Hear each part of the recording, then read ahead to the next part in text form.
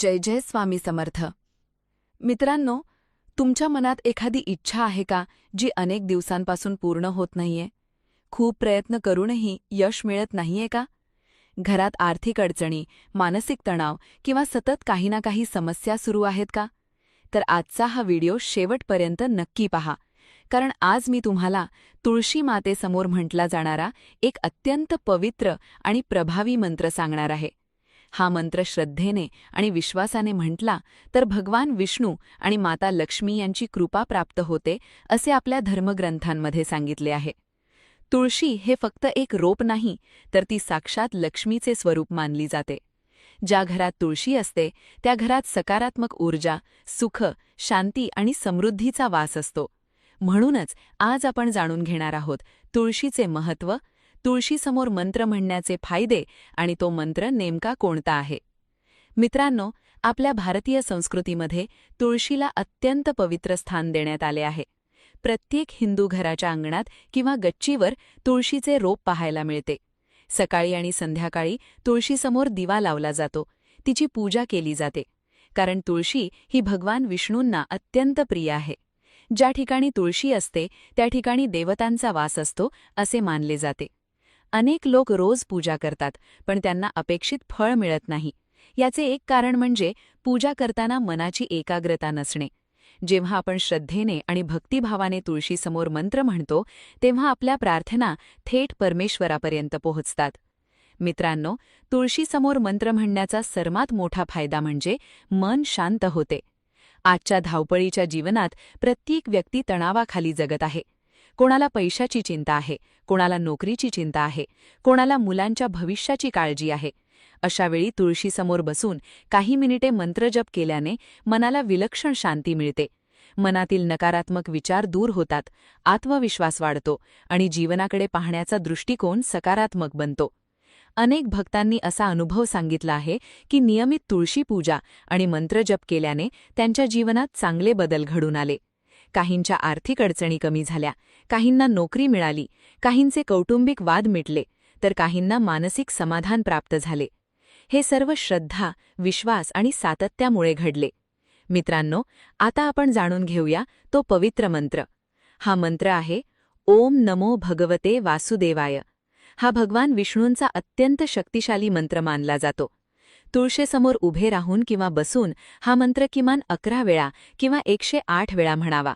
मंत्र म्हणताना मन पूर्णपणे देवाकडे केंद्रित असावे. मनात कोणताही द्वेष, राग किंवा वाईट विचार ठेवू नये. फक्त श्रद्धा आणि भक्ती असावी. सकाळी स्नान करून स्वच्छ वस्त्र परिधान करावीत. त्यानंतर तुळशीला पाणी अर्पण करावे, हळद कुंकू वाहावे, एक छोटासा दिवा लावावा आणि शांतपणे मंत्रजप सुरू करावा. मित्रांनो, मंत्रजप करताना घाई करू नका. प्रत्येक शब्द स्पष्ट उच्चारा, कारण मंत्रातील प्रत्येक अक्षरात दिव्य शक्ती असते. ज्या क्षणी आपण श्रद्धेने मंत्र म्हणतो त्या क्षणी सकारात्मक ऊर्जा आपल्या भोवती निर्माण होऊ लागते. तुळशीचे आणखी एक विशेष महत्त्व म्हणजे ती वातावरण शुद्ध करते. तिचा आसपासची जागा पवित्र आणि सात्विक बनते. म्हणूनच अनेक ऋषीमुनींनी तुळशीचे महत्त्व आपल्या ग्रंथांमध्ये सांगितले आहे. तुळशीची सेवा करणाऱ्या व्यक्तीवर भगवान विष्णूंची विशेष कृपा राहते असे मानले जाते. मित्रांनो, इच्छा पूर्ण होण्यासाठी फक्त मंत्र म्हणणे पुरेसे नाही, त्यासोबत चांगले कर्म करणे देखील आवश्यक आहे. आपण सत्य बोलले पाहिजे, गरजू लोकांना मदत केली पाहिजे, आई-वडिलांचा आदर केला पाहिजे आणि कोणाचेही मन दुखावणार नाही याची काळजी घेतली पाहिजे. जेव्हा चांगले कर्म आणि भक्ती एकत्र येतात तेव्हा जीवनात चमत्कार घडू लागतात. अनेक लोक विचारतात की मंत्र किती दिवस म्हणावा. मित्रांनो, यासाठी कोणतीही मर्यादा नाही. दररोज नियमितपणे मंत्रजप केला तर त्याचे अधिक चांगले परिणाम दिसून येतात.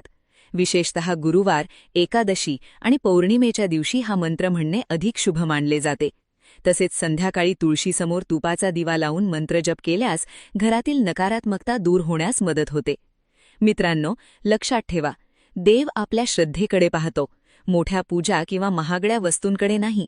मनापासून केलेली छोटी प्रार्थना देखील देवापर्यंत पोहोचते. म्हणून आजपासून तुळशी मातेसमोर हा मंत्र म्हणण्याचा संकल्प करा. तुमच्या मनातील इच्छा तुळशी मातेला सांगा, तुमचे दुःख त्यांच्यासमोर व्यक्त करा आणि पूर्ण विश्वास ठेवा की योग्य वेळी योग्य फळ तुम्हाला नक्की मिळेल.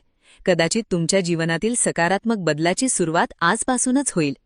मित्रांनो, आता आपण एक अतिशय महत्त्वाची गोष्ट जाणून घेऊया. अनेक जण तुळशीची पूजा करतात, पण नकळत अशा काही चुका करतात ज्यामुळे पूजेचे पूर्ण फळ मिळत नाही. म्हणून या चुका टाळणे प्रत्येक भक्तासाठी आवश्यक आहे. सर्वात पहिली चूक म्हणजे तुळशीची पाने कोणत्याही वेळी तोडणे.